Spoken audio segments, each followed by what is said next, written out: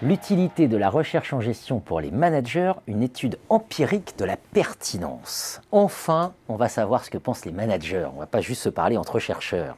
Richard Soparno, bonjour. Bonjour. Richard Soparno, vous êtes professeur et directeur académique du groupe ESC Clermont. Article coécrit avec Fernanda Areola et Pascal Borel dans la Revue française de gestion. Dossier spécial Retrouver du sens, coordonné par Jean-Luc Morisseau, Hervé Laroche et Rémi Jardin. Je crois que je n'ai oublié personne. Absolument. Article extrêmement intéressant. Vous nous dites, pour faire simple, il y a un grand débat dans la littérature. Rigueur, sous-entendu scientifique. Pertinence, sous-entendu implication managériale. Et vous dites, on n'interroge jamais les praticiens sur cette question de la pertinence. On ne leur demande pas leur avis. C'est ce que vous avez fait. Exactement. Le point de départ, c'est effectivement celui que vous mentionnez. Quand on lit finalement les travaux qui ont été publiés sur cette question, il est impressionnant de constater que plusieurs centaines d'articles ont été écrits par des chercheurs sur cette question de l'utilité de la recherche en gestion. Et au fond, cette littérature s'organise autour de 3 principaux domaines. Un premier constat qui est que manifestement, la recherche ne serait pas utile pour les managers. Le deuxième constat, c'est quelles sont les raisons. Le deuxième domaine de recherche, c'est quelles sont les raisons qui peuvent expliquer ce fossé qui s'est établi entre chercheurs et praticiens. Et le troisième domaine porte sur les modalités qui permettraient de rendre la recherche en gestion plus pertinente. Mais finalement, le constat est assez accablant. À aucun moment, on interroge les managers.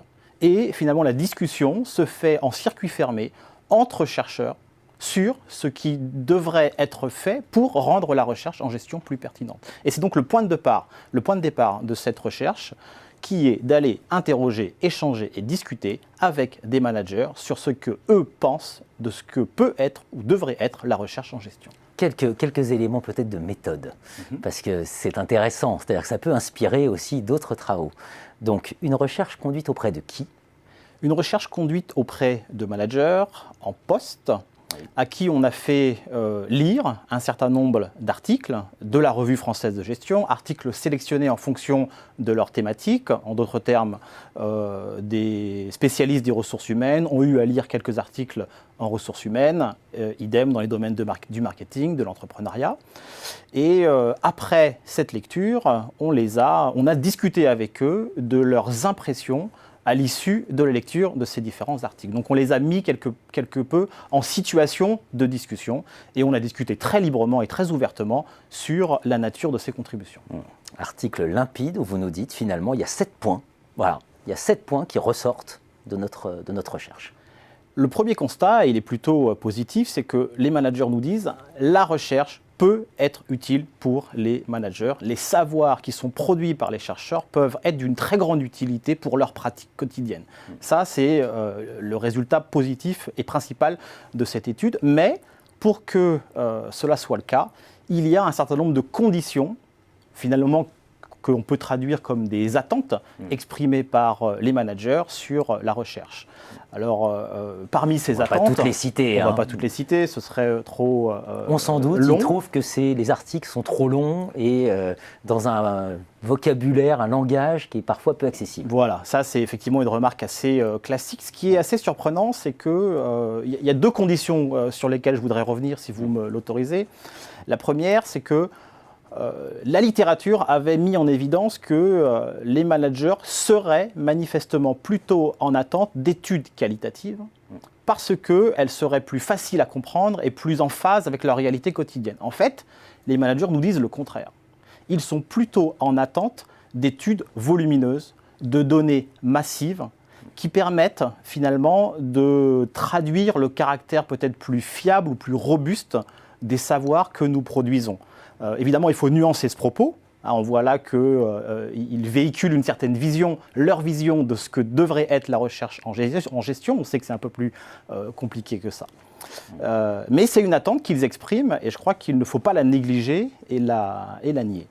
La deuxième, c'est que quand on regarde les implications managériales de nos articles, force est de reconnaître qu'elles sont souvent assez sommaires, et en tout cas qu'elles sont toujours adressées aux pairs, c'est-à-dire à des praticiens.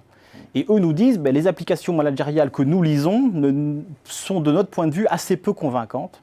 En tout cas, on ne se sent pas en capacité de les utiliser dans le cadre de notre action quotidienne. Et donc, ils sont en attente de recommandations managériales beaucoup plus applicables, beaucoup plus précises, qui définissent le contexte de leur mise en œuvre, qui définissent les résultats auxquels ils peuvent éventuellement prétendre.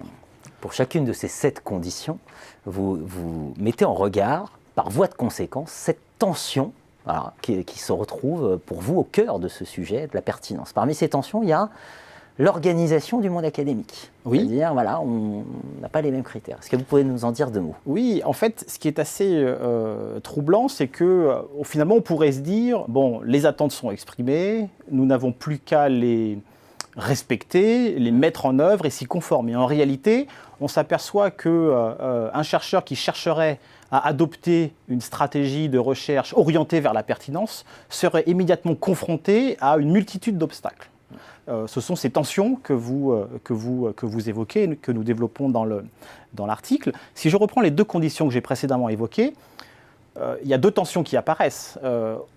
Qu'un chercheur s'oriente vers des méthodologies plus quantitatives, orientées vers la recherche de données plus volumineuses, c'est automatiquement une forme de négation de sa liberté scientifique, c'est presque une forme de reniement d'une certaine conception de la science. Et évidemment, pour un chercheur, c'est extrêmement problématique et on voit à quel point cette tension est vivace.